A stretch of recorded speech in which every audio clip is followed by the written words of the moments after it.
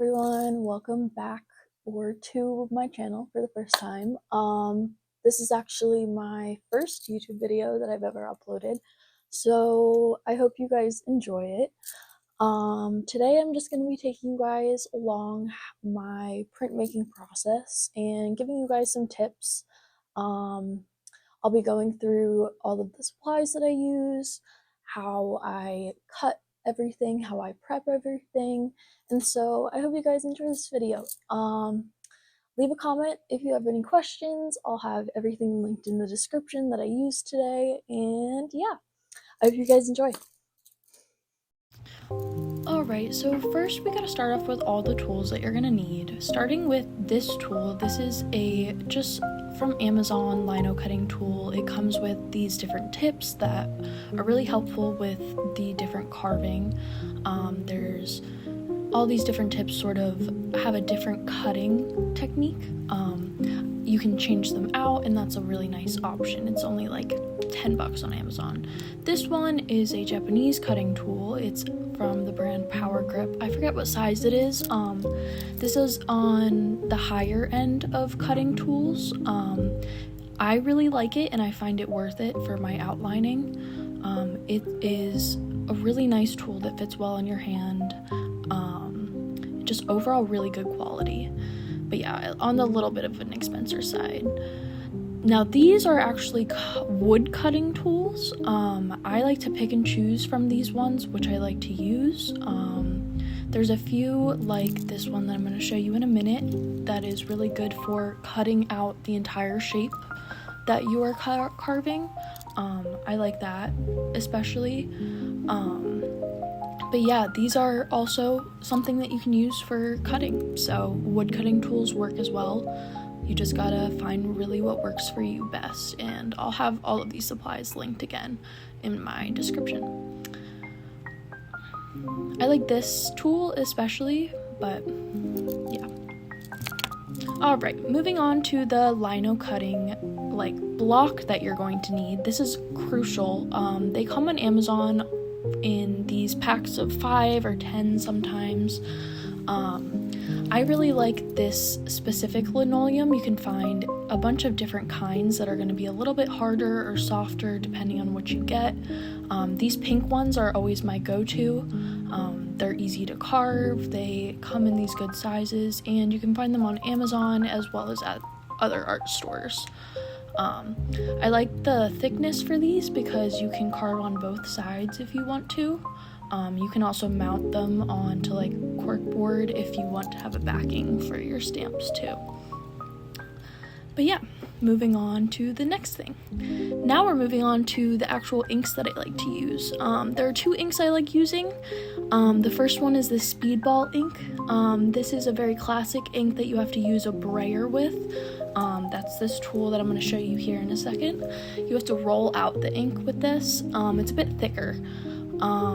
This is like the classic printmaking ink though. And then this other ink is actually a higher end ink pad. It has really good colors and just an overall good opaque color onto the stamp. It also dries really fast, which I like, and I like using them for multiple colors for my prints. And this is just an example of what type of materials I'll use these inks on. If I'm using them for envelopes, it's going to be for these, but for this thicker ink I like to use it on my printmaking paper. So yeah, you can see that this one ink is a little bit thicker, but yeah, it's all sort of just based on preference. I'm going to show you guys what it would be like and what this brayer is actually going to do. There are multiple sizes of these brayers. You can get a little tiny one if you have little small stamps, but as you get into printmaking and make bigger stuff, you can get bigger ones too. But yeah, you're gonna need a brayer for this specific ink and something to roll onto. You also will likely want to have something to press your print with, especially to make sure that the pressure is all even when you do this. This tool specifically has textured surface, and makes it so that everything is sort of smooth. This other tool does that too. It's not necessary. You can really use like a wooden spoon too, but I really like to use them. Now we can finally move on to printing this little guy, and I'm going to be talking you guys through it. I haven't figured out the best way to film yet, but bear with me. Now, the first thing that we have to do is transfer our design that we want to carve onto the linoleum.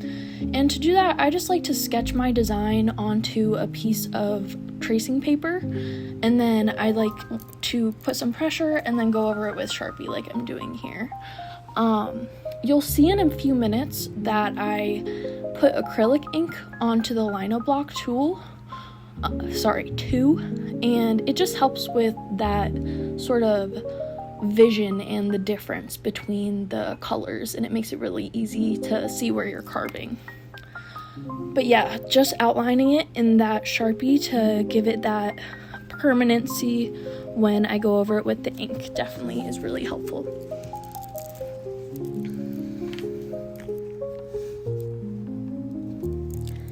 And now, some people get confused because sometimes it's hard to tell what you're supposed to carve, and basically you're carving everything that isn't black.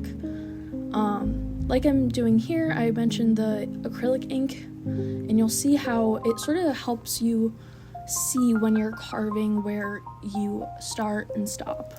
And so since we're just carving that black part, the green will show, like once all the green is gone, I know I'm done. But yeah, now we can carve. I always like to start with the outline of the character or whatever I'm carving with, and then going on to the inside of the design. This just makes it a little bit easier for me. Yeah, and I'm actually using that cutting tool that I mentioned earlier, the Japanese one that I like to do outlining with. I find that it's really good for these smaller sizes. But yeah, the actual carving part is kind of hard to explain. It's really a lot of trial and error, honestly. You're gonna want to hold it like your tool like a pencil, and then as you go, you'll get better and better at controlling how deep you're cutting and how getting into those like little spots, you know. But yeah, now we're going into the details like the eyes, the mouth, that little detail in the envelope too. You can also see that I have sort of some texture for like the fur. I wish that I actually switched to a different size tool here, because you can, oh, there we go. Now I'm moving to the different size tool. But we're just carving it out now, and it's really simple. It's really easy to get started. You can put these on anything, and it makes everything a little bit more fun. So yeah, that is the carving part of this video.